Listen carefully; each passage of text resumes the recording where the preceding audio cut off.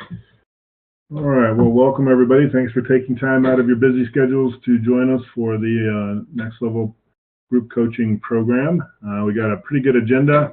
We'll kind of work through this, and then at the end, hopefully, we'll have some time for open discussion. As always, why don't we start with any wins or challenges that any of you are facing or have experienced over the past week or so. Always encouraging to hear how other people are succeeding, and it's great to get help when you're facing challenges and get maybe a different perspective, as you know. So whatever's going on over the past couple of weeks, I'll go ahead and open it up to the floor for discussion.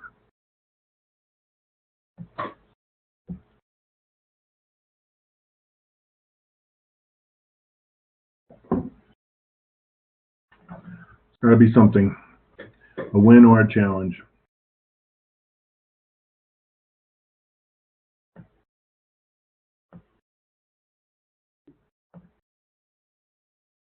Well, I was really hoping that somebody would come in with a win, because my challenge, we talked about it earlier, Ben, and that is that I did really poorly on my owner call on Thursday. So that's one of the things I'm trying to work on for today, is to get better through the list of 20. So very challenging. Yep.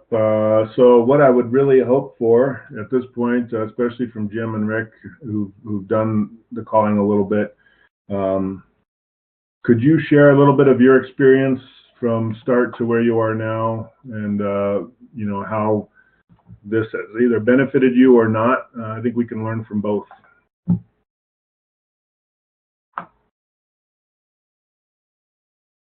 All right. Well, this is Jim. I did the owner calls in my market. I've had a lot of difficulty in just getting owners to pick up the phone. There seems to be a rash of businesses in the area that are using voicemail as a screening process, which is very frustrating because there's no dial out of it. It's basically, leave a message and we'll call you back, which I think is a really shitty way to do business, but that's neither here nor there.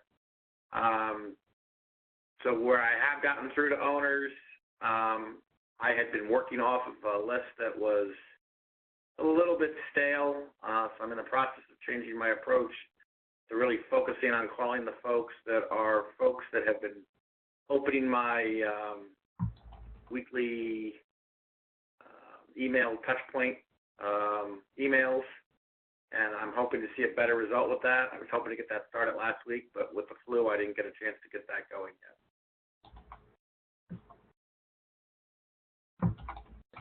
Yeah, thanks for that, Jim. I think it's good to recognize that, first of all, not every time you set aside a couple of hours to make calls is it going to go stellar.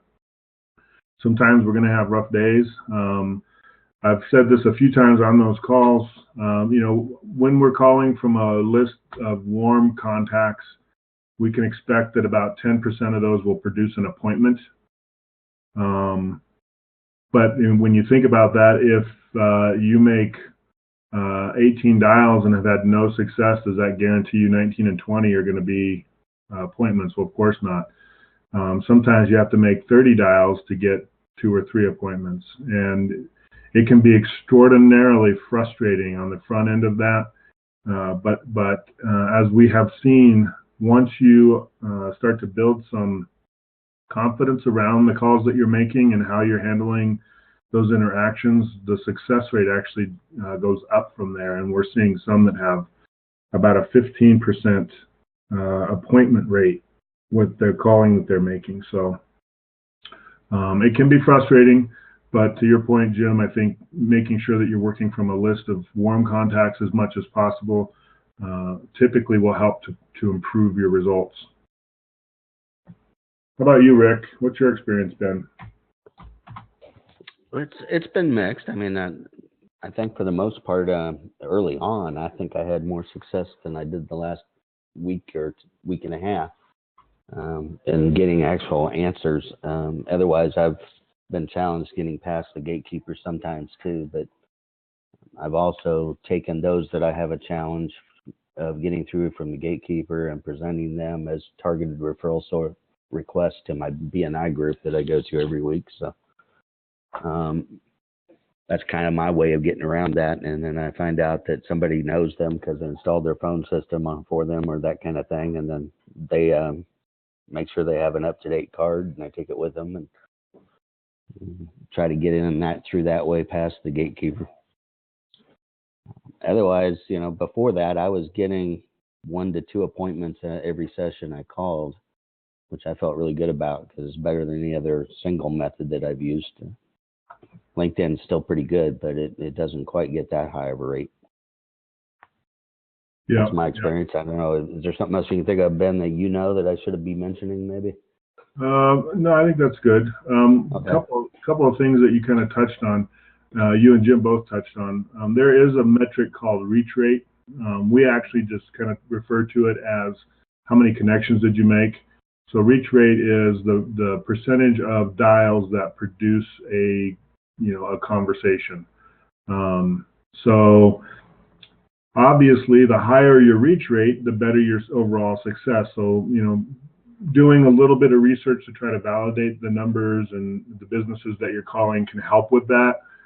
But I will also tell you that when you factor reach rate into the overall results, of those that we reach, about 60% of the people that we reach will produce either an appointment or a lead. And again, part of that is because of the confidence that builds as you have these conversations. But to Jim's point, the first hurdle is often getting to somebody.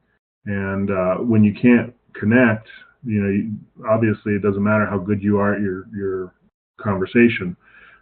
So be aware of how many connections you're actually making when you dial 20 or whatever, so that you can keep that in perspective.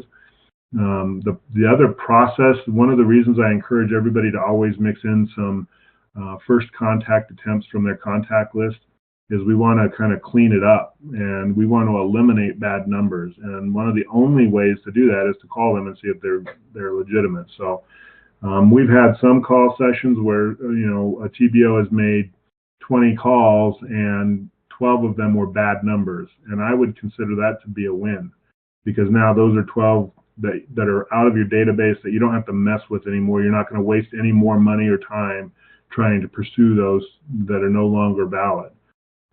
So success is not always just getting the appointment. Sometimes it's getting things cleaned up so that you can be more efficient and more effective down the road. So Mike, back to your what we talked about earlier. I think some of it's just going to be getting on and working through it, and seeing where you might be able to find success, and just building on the experience that you have. So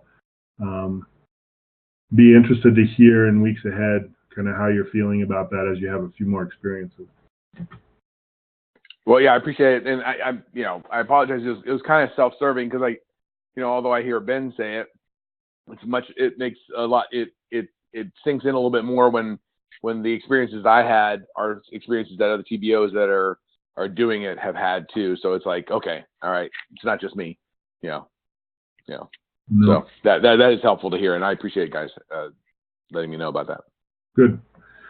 Any other challenges you all are facing, or any wins that you'd like to share?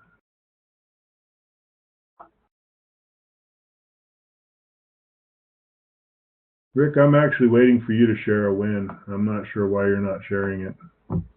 I guess that has been since last Thursday. You are correct. My bad. I did sign a member, gentlemen and ladies, if there's any lady on here, last Friday through this process. So it's somebody that I'm excited to work with and get started with soon. And it's he's got a really exciting young business that's with a really good idea for high growth. So I think it'll be a fun thing for me. I know it'll be a fun thing for me, actually. So looking forward to it. A long time coming, but it's good to have him. Yep. Congratulations for that. The other component of that I think is really exciting, and that I hope you keep us up to date on, is the fact that you're aggressively moving toward your first board. and so that will be quite a milestone, and hope to hear that happening in the next month or so. Yeah, I'd be happy to keep you up to date. Appreciate all the assistance and help. Very good. Any other wins or challenges that anybody'd like to share?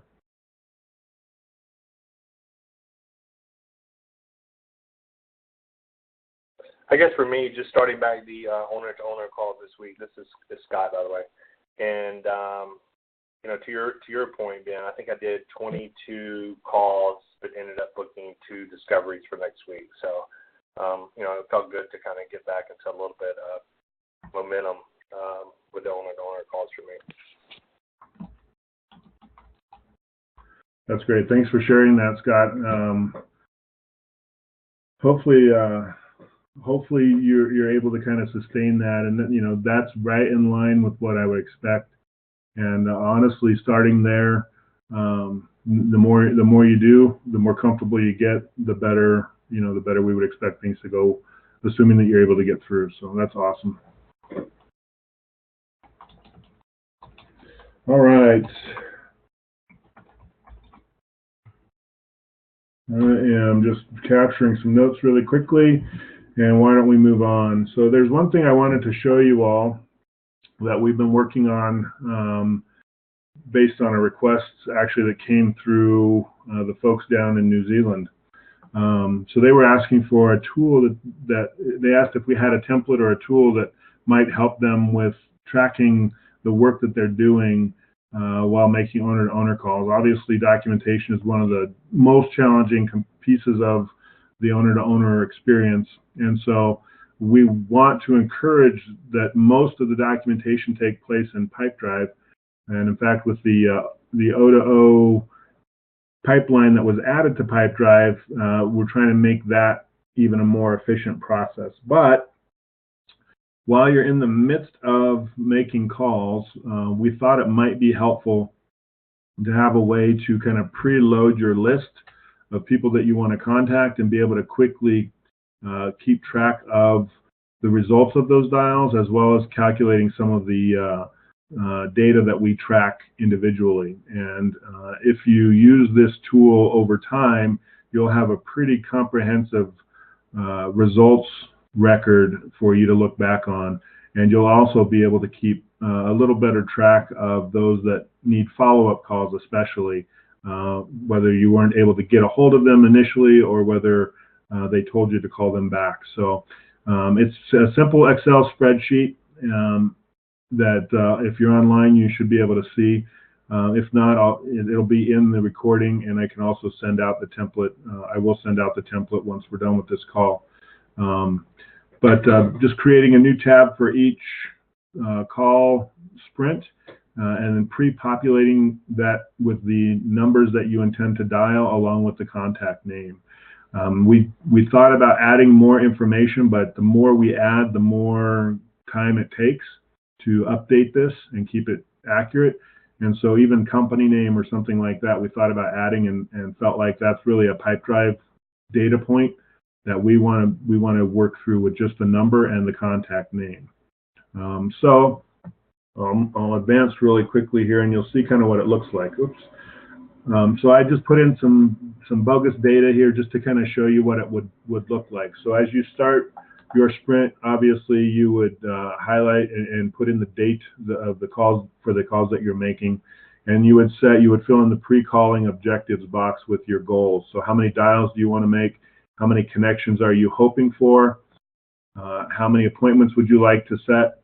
And how many leads are you hoping to generate?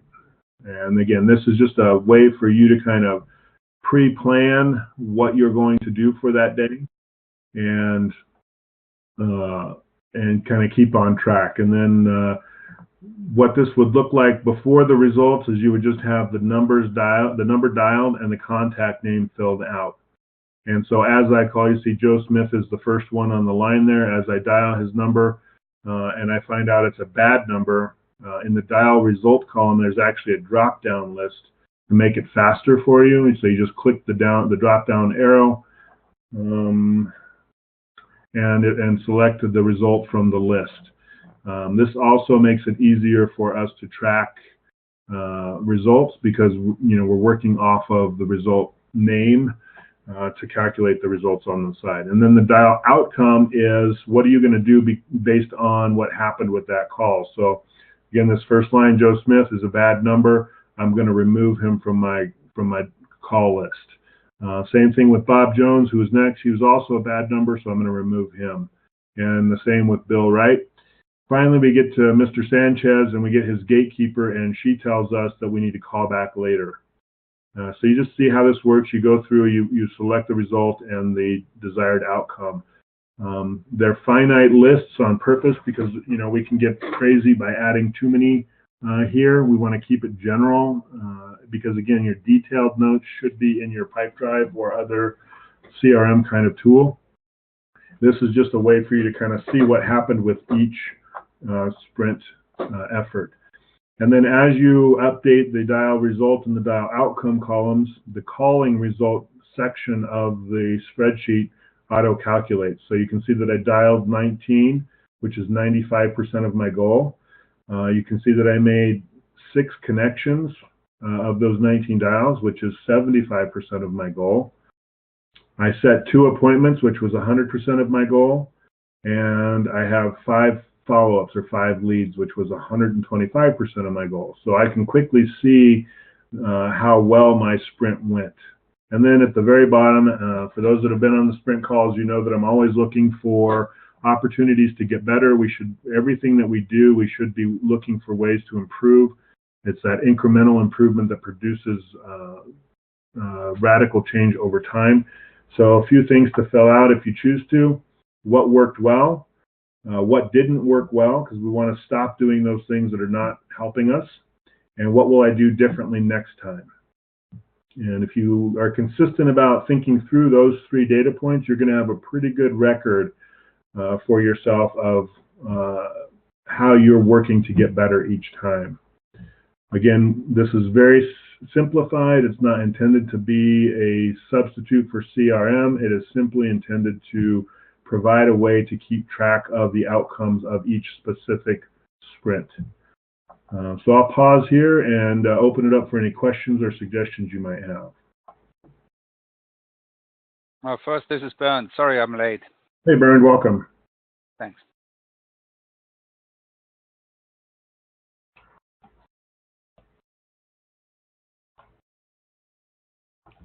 Ben, I don't think I necessarily have a question or a suggestion, but I have a compliment. I think I like the way this looks, and it'll be a real help in getting something down in a hurry.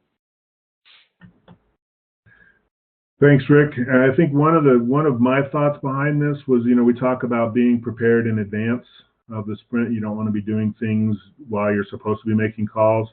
And so one of my thoughts was getting the names and the numbers kind of pre-planned will encourage you, so to speak, to make sure that you're well prepared going into a sprint.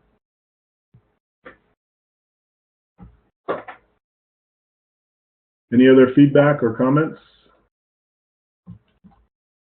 Are you going to be distributing that? I will. It will go out with, so after this call, I'll send the link for the recording of the call to everybody in the group, and I'll include the tracking spreadsheet. If you need help with anything, you know, depending on your skill level with Excel, we can go over that during our one-to-one coaching time, and I can show you exactly what my intent was for how to tab this out and make it a good long-term record. Yep, thank you.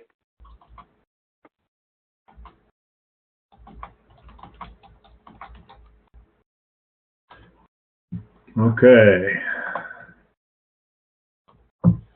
The next thing I want to do is I want to kind of reach back. We've been talking about over the past several months, several marketing or referral strategies.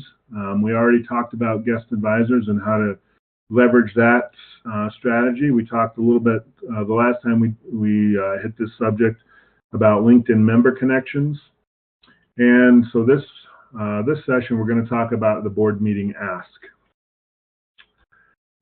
So what do I mean by the board meeting ask? Well, first of all, the purpose of the ask is to really engage our board members in development and growth of a specific board.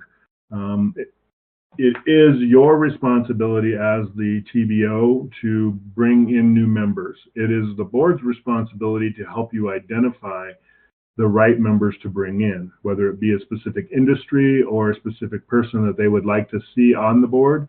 We really want to give the board an opportunity to participate in that process.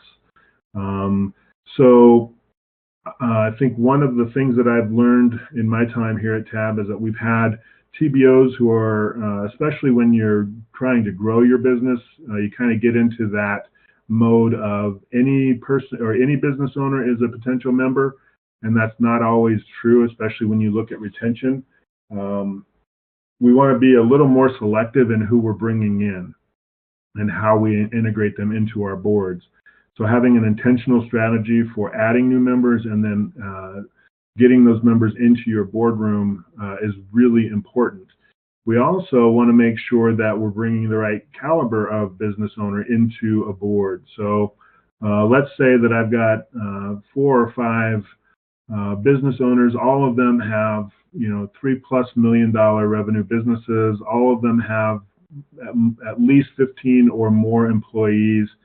And you bring in somebody who's $150,000 a year, they're a solopreneur and just want the coaching and want the boardroom experience. Would that be a great fit? Maybe. You really have to lean back on your own judgment, your own experience, the knowledge that you have about that particular individual. But on the surface, I think each one of us would say there's probably at least one red flag that this might not be a good fit. It would be a great opportunity for the new member, but is it the right value for the other members of that board? It's not just bringing in people that matters, it's bringing in the right people to add value to the board.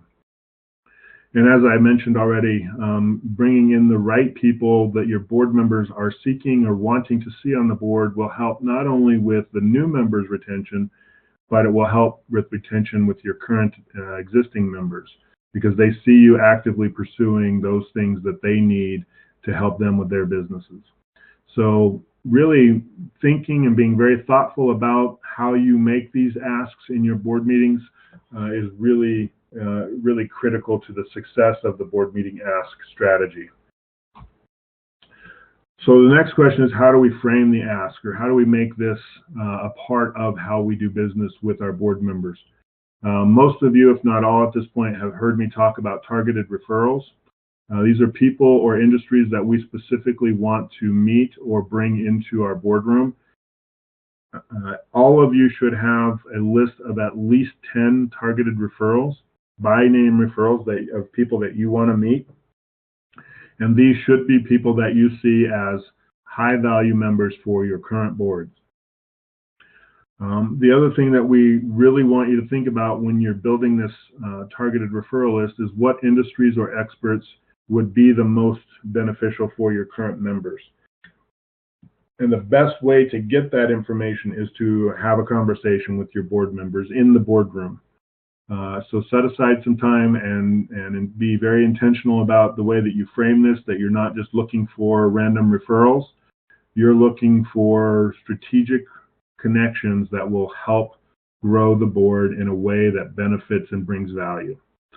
And that your expectation as the facilitator is that the board participate in that process.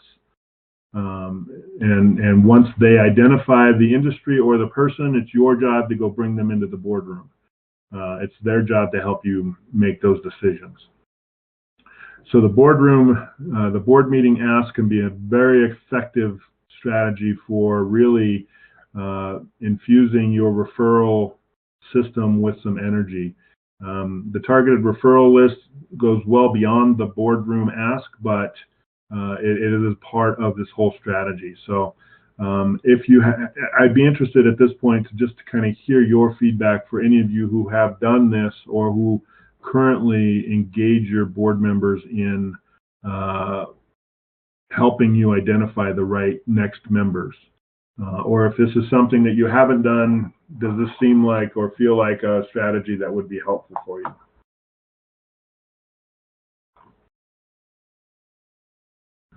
And once again, this is the portion of the program where audience participation is encouraged. So this is Scott. I mean, I think we definitely have not every board meeting, but we ask, is there any particular industry that you would like to see represented on the board, and have specifically asked for referrals. Probably have done that 4 or 5 times and have not really gotten any specific response back, which was kind of surprising, especially for the industry. So that's how we've done it so far. So Scott, so when you made the ask and you didn't get a response, what was your response to the lack of response? Typically was, give it some thought, each one, because there's 3 of us in the three facilitators. When we are back at our coaching session, we'll follow up. So, and we did. And I think we got maybe 1 response in the coaching session, but we haven't gotten a lot of input into that process. So, okay, that's good to know. Anybody else? Have you tried this, done this, had success with this? Or is this something that you're considering, or whatever your response to this idea might be? This is Bernd. I have not purposely done that in my board meetings, but you're absolutely right. I should. It is an opportunity. I think I liked what I heard the other week. I think here in our group session as well, is that somebody said, maybe even Ben said, we should ask them because it is their board. I'm kind of concerned if you ask the question in a way where you're saying, what sort of member would you like to see?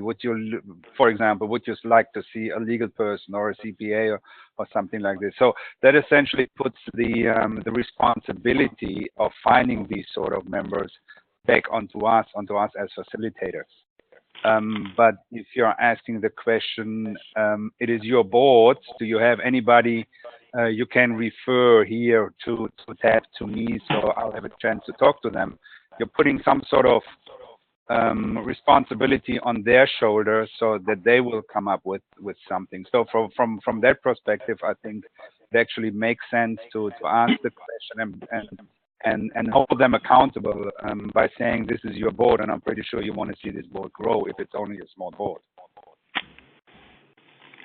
Yeah, Bernd, I understand what you're saying about, asking for an industry, or asking what industries they might want to see represented. However, I would even encourage you that having that information can be very helpful, because it helps you focus your efforts, your marketing efforts into specific industries. If you consistently hear from your board that they really need a CPA on the board, or they really need a business attorney or something like that on the board, and you don't have that, well, now I need to go build my network and get to those people.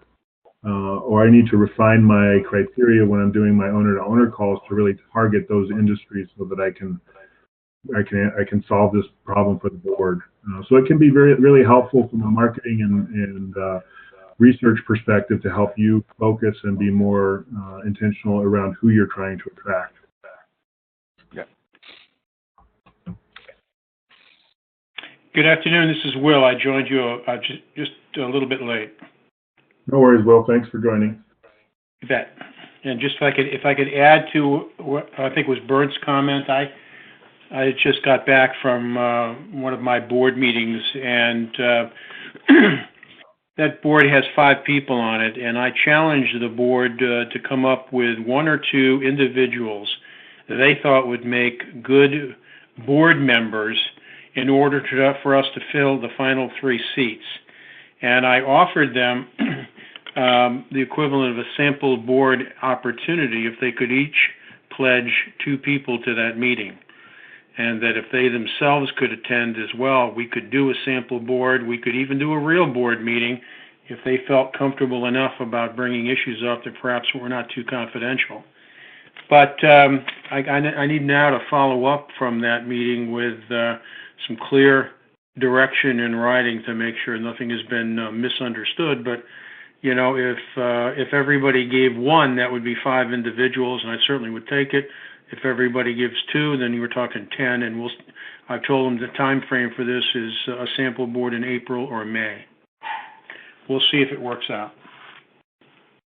Yeah, I think that's a great approach, Will, just to help your board to start thinking about who they need to bring in to help make the board more valuable. And using a sample board opportunity, I think, is really good.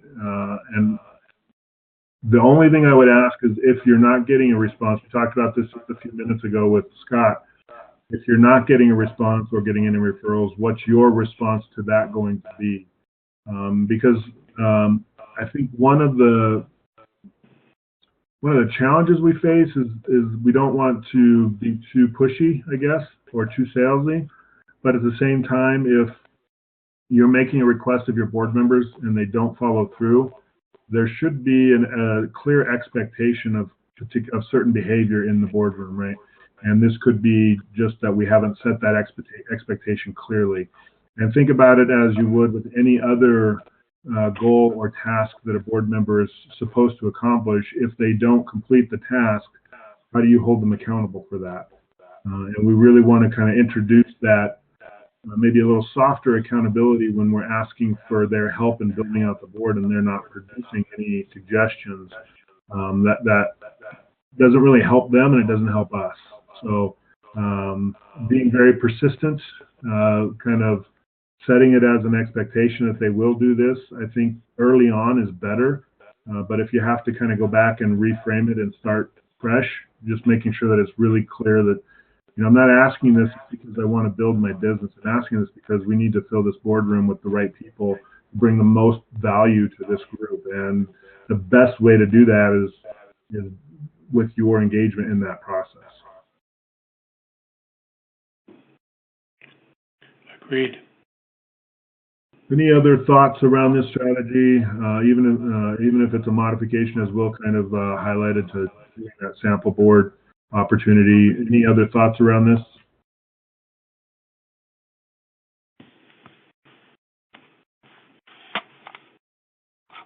The only other thing that I would add, especially if wherever you're at in your business, if you're trying to start a new board and you have a member. So I was talking to somebody this week. I don't remember who it was. I was talking about doing maybe it was you, Rick, doing the medical board or the medical field only board.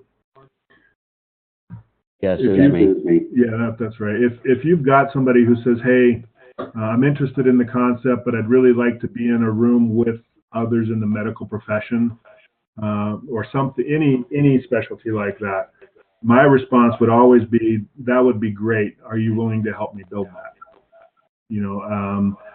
We'll do this together. I'll go get the members, but I need your help in getting the contacts and connections and things like that. So engaging new members who have that kind of a request in the process, I think, is really valuable and will probably serve to produce some pretty long-term retention, because they're going to get exactly what they're looking for, and you're going to be able to build out a new board.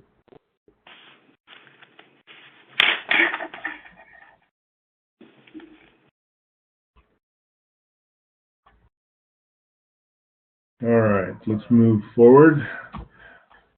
So we've gone through 3 topics, and there are 3 more on our agenda over time. We'll try to hit these about once a month. And so the next one we'll be talking about is the 90-day plan ask. And this is a referral testimonial kind of strategy. We'll talk about that next time. I want to touch again on the Business Builder Blueprint. So far we've talked about personal vision and corporate vision. We've also talked about using the diagnostics to help you in your own business as well as with your members. And with all of these things, one of the reasons I'm highlighting this is I would encourage each one of you to use the Business Builder Blueprint for your own business. You should be going through and establishing your own personal vision, your own company vision, your own set of values, your own strategic advantages, really understanding your unique value proposition, framing it exactly the way that it needs to be with a good position statement so that you can communicate that whenever you have the opportunity. Working through the SWOT yourself, really identifying some key tactical activities that you need to do to support you achieving your personal and company vision. If you're not using it for your own business, get ready, because this is going to be part of what we work through in our one-to-one coaching session over time. But from a member perspective, using the strategic advantage section to really help your members with value and differentiation can be one of the most beneficial activities that you do with them. I would wager in my experience that easily 3/4 of the business owners that I worked with did not have a clear value proposition ready to go, or didn't understand their unique differentiators. I've told some of you in the past that I used to work as an examiner with the Baldrige National Quality Award Program. And one of the elements of an application is identifying your key core competencies. And these are really your differentiators. What sets you apart from every other competitor? Or if somebody were trying to get into the market to compete with you, this would be something that would be almost impossible for them to replicate. So it's really what sets you apart and something that would not be easy for somebody else to do. So clearly that's not coaching, because there are a lot of coaches out there, and clearly that's not the board experience, because we have competitors who offer a similar service. So you really need to think through what is it about you and the way that you operate your tab business that sets you apart and differentiates you from the competition. And then working down to identify your unique value proposition and how the services that you provide specifically address member pain points or take advantage of opportunities out there. And then refining it down to a good position statement. Have any of you currently gone through this portion of the blueprint for your own business? This is Will. I'm halfway through it.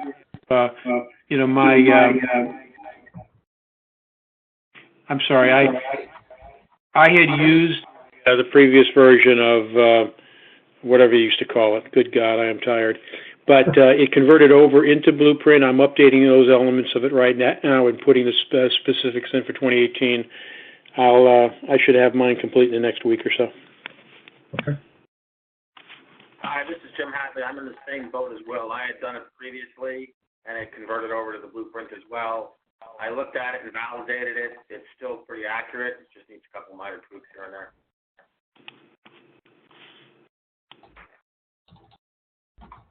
Good, that's good to hear. And I hope that you all know that I am very interested in seeing everything that you're doing in the blueprint for your own business. So that's something that we need to touch base on in our upcoming coaching sessions. Anybody else? Yeah, this is Scott. I've been working through mine, and it's been a really good experience. So, part of that is just me wanting to kind of model, basically what we coach. I just think it's really important. I had not done it up until now, and really am glad I'm going through it. I think it allows you to experience it and really kind of challenge, whether it be the methodology or the tool or clarification. And I think I'm going to be able to coach to it now even better. So for me, it's been a positive experience so far, and I'm about halfway through mine. Yep, good, awesome.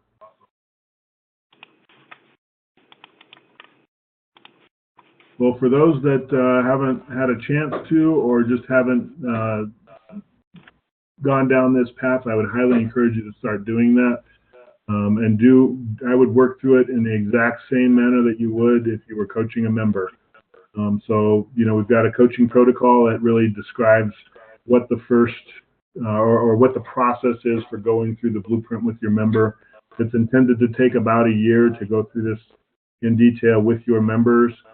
Doing it yourself, I would suspect you could do it in a much shorter period of time.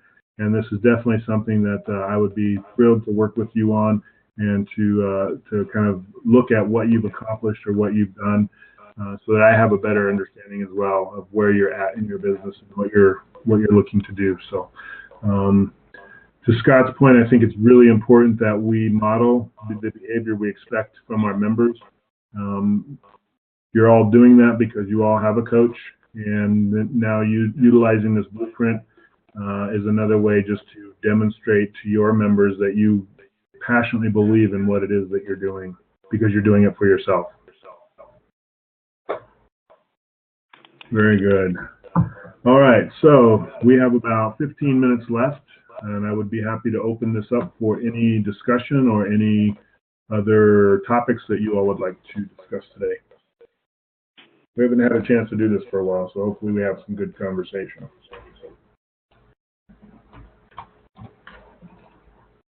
Well, I don't want to take over this. I could certainly use some. I actually upgraded to the premium service on LinkedIn yesterday because I downloaded the Chrome extension for Meet Leonard, which I'm pretty certain Bernd is using. But integrating those two and trying to get it going, I find that the tutorials, I have a difficulty understanding everything that's being said. I am struggling just to get this thing set up. But I am committed because I believe this is going to solve one of my basic problems in LinkedIn marketing, which is getting enough invitations out there. I have to have enough sufficient mass that I could hopefully find some clients from this. And Bernd or anyone else that might have experience with this, if there's any chance I could get on your schedule and maybe ask a few specific questions, help me get this thing started, I would appreciate it. No, absolutely. We can do that. I'll be happy to do a screen share or something like this and show you a little bit what I'm doing. I'm not saying that I'm super proficient with it, but at the same time, I think it's a fairly simple tool. So yeah, we can do that. So no big deal. Bernd, I'll contact you to see what weekend might work for you. Thanks. All right, sounds good. Yeah, one thing from my end, I think when I had my one-on-one with Ben last week, he said it might be worthwhile to mention this, talking about client or customer retention. I have one client who kind of went AWOL on me for a couple of months. I think I mentioned that she is in the health insurance business, so and obviously they're doing 80-90% of their business when the time comes, the end of the year.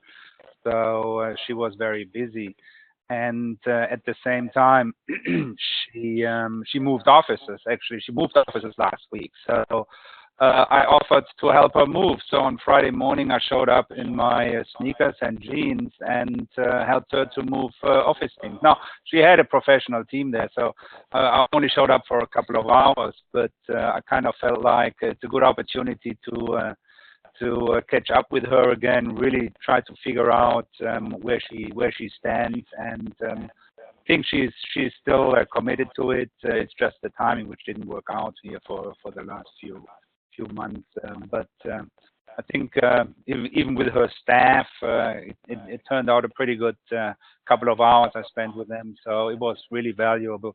Actually, more for me than for them, but still, it was good bonding time. And Bernd, when you told me about that, one of the things that you described was her response when you offered to help. Can you share a little bit about how she reacted to you? Well, I mean, she was right. She was talking about this now for probably 3-4 months. She said, I got to get out of my place. They're going to tear the little strip mall down. So I need to find something new. And I offered to her right away. I said, look, when you move, just let me. In fact, I said it during the board meeting, let everybody know.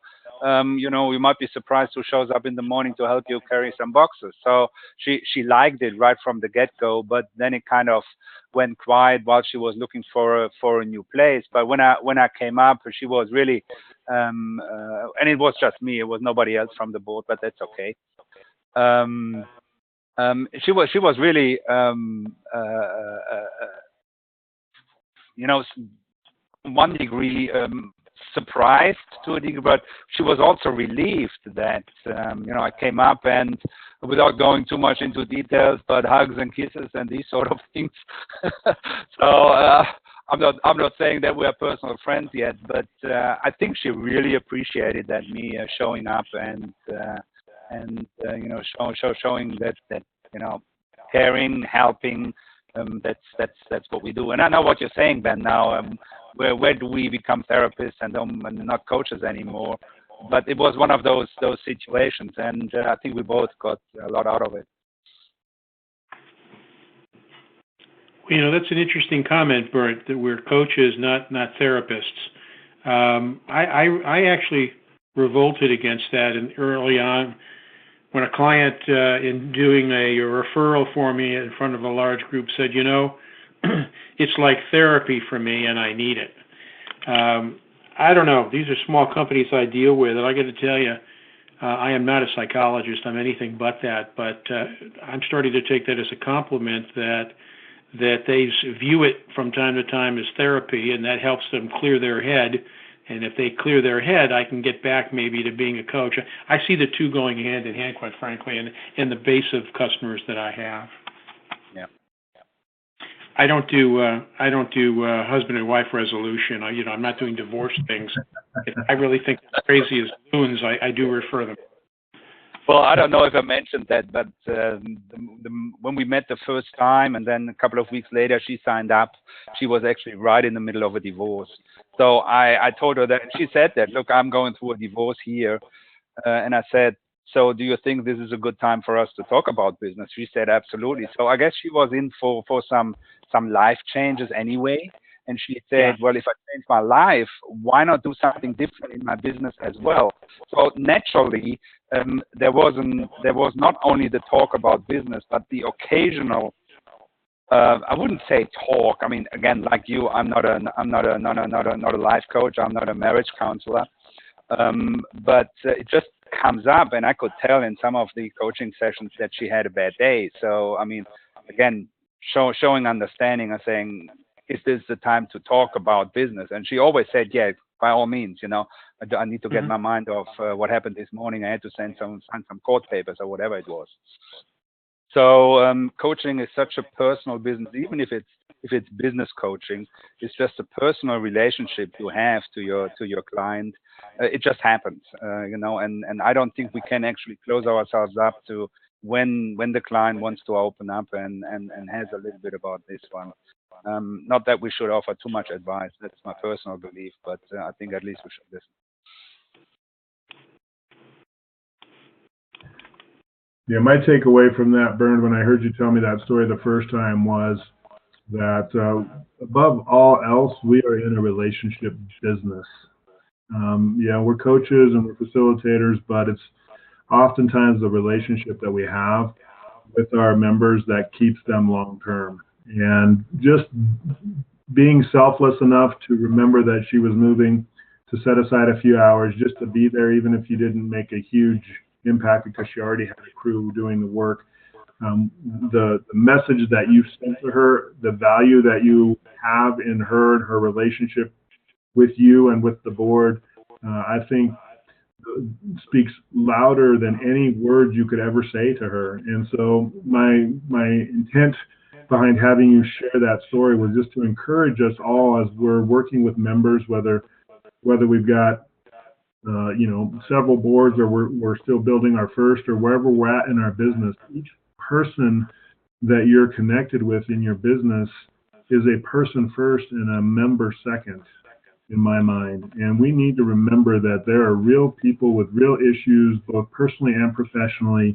And often, I shouldn't say often, occasionally we get a little callous to what's going on in their lives because we're so focused on what's going on in our lives, to be honest, or what's going on with the board. And so I would just encourage you all to pause and really be thoughtful about the people that you're interacting with, the members that you're adding to your business, and what you can do to just be a light in their lives, a breath of fresh air, somebody that they know whenever you show up, they feel better about things. You may not have done anything, but just being there, they feel better. One of the things I used to be in a BNI group a long time ago, and I was an education coordinator, so I got to do a 5-minute talk every week. And one of the things that I would come back to frequently was the concept of when you walk into a room, do you bring energy into the room, or do you cause everybody in the room to kind of just go, you know, are you a drag or are you an inspirer? Are you somebody who pulls away, or are you somebody that interjects life and energy into a room? We really need to be intentional about being that second version, the one who adds energy and really brings life into a room. Because if we're the one that kind of sucks the life out of the room instead of bringing the life, it's going to be almost impossible for us to grow our business. We can have the best marketing strategies in the world, and we're not going to grow our business. All right, I'll stop. I'll get off my soapbox now and open it up for any other comments or open discussion topics.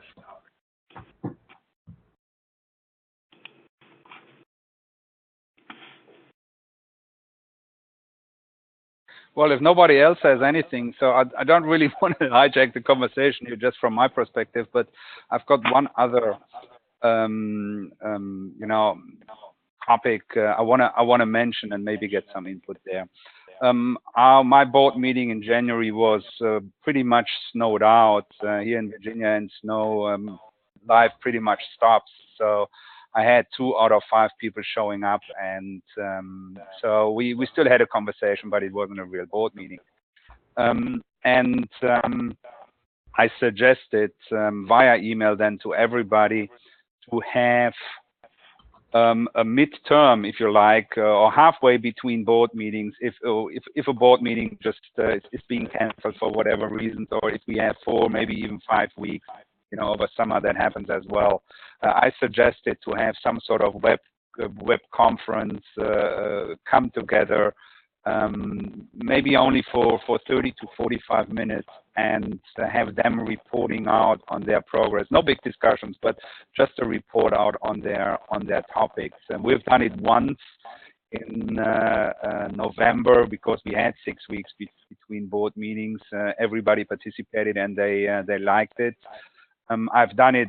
In fact, this morning I just suggested it to my board members as well, to say, you know, it might make sense to have these halfway, these web conferences halfway between board meetings, just on this one. I was kind of wondering how everybody else sees that, just to keep the momentum going. Sometimes I just think 4, if not 6 weeks between board meetings, even if there's a one-on-one coaching session in between. I think it's too long, and I just want the momentum. I don't think it makes sense to lose any momentum in these web conferences, even if they're only 5 minutes, 10 minutes per person. I think they do add value.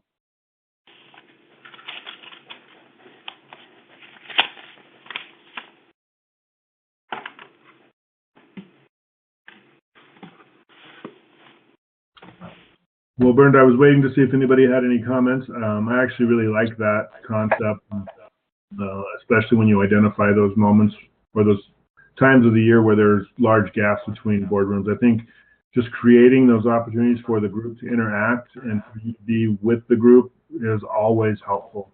And it'll be interested to see what kind of a response you get overall. And I would expect that you would have that, and you know, again, just to hear how it went would be helpful. This is Will. I'm embarrassed to say, I heard you were talking about large gaps between board meetings. Is that what I heard? Larger than normal, yes. I mean, normally it's about 4 weeks, 1 month to month. But sometimes if we have a board meeting at the beginning, and for whatever reason we can't agree on the date of the next board meeting, sometimes we have 5-6 weeks in between, and I just think that's too much for the group to come together and talk to each other. Yeah, I mean, whenever I've had to reschedule a board meeting, the first thing I'd say is, it always pushes it a little bit into the future. Maybe it was a snow day, whatever. But then the meeting after that comes even sooner. We set a 12-month calendar. So the board today, has agreed to meet the first Thursday of every single month. The other board does the third Friday of every single month. Wherever they want is fine with me, as long as I can build my schedule on it. This morning, we heard somebody wasn't going to make it in March, and another one said I can't make it in April.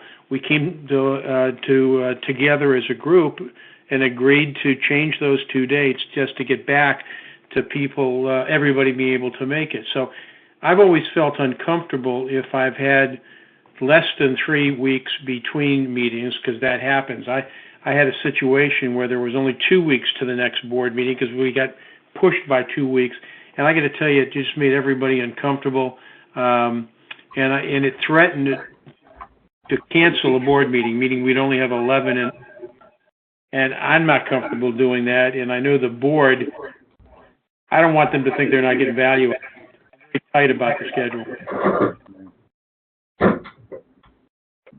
So I'll comment, I made this comment a little bit the last time as well. I don't move board meetings. They're scheduled 12 months out, and everybody knows when they are. And there's occasions when people miss and the board meeting goes on without them, and they know that. I do provide a video conference option so that if somebody's not able to be there or the weather's inclement, they can participate through video conference and or audio conference. Can't do video. And most of them seem to be comfortable doing that if they're able to do it. But when you start moving board meetings around, it starts to create havoc because it's tough to get everybody to agree on the new date. You do start to compress time between one meeting and the next. So I think you really kind of have to hold the line on your board meeting schedule and provide alternative dates or alternative means to connect, rather. What do you use for a video service? I use Zoom. It works I'm pretty sorry. well. Zoom? Zoom, Z-O-O-M, Oh, not heard of that before. and it works pretty well. To do a meeting that's 4 hours long and to connect the number of people you want, it is a paid service. It's not a freebie, but it's like, I don't know, $15 a month or something like that. It's not super expensive. Okay. And once you've got that activated, you can set up your meetings. And I just have it as a standard part of my meeting protocol now. It's always there. I don't encourage people to not come to a meeting and use it instead, but I want them to have a backup that, if for whatever reason they can't be there, they can still participate. And then I have a projector, so I'll typically bring the projector and hook it up to my computer and just put them up on the wall. Yep. All right. Well, I want to be respectful of all of your time. So let's go ahead and wrap up this particular coaching session. And as I always do, I will send out the recording link for anybody who missed the first part, or if there's anything in here you want to review again. I'll also attach the owner-to-owner tracking tool that I demoed earlier. And with that, I hope you all have a fantastic Thursday and a great end to your week tomorrow. And the goal is that the next week will always be just a little bit better than the week before. So keep that in mind and work toward that end, and we'll talk again soon. All righty. Take care, Sounds great. everybody. Have a good Thanks one. all. Thanks, Ben. Thanks, guys. Thanks, guys.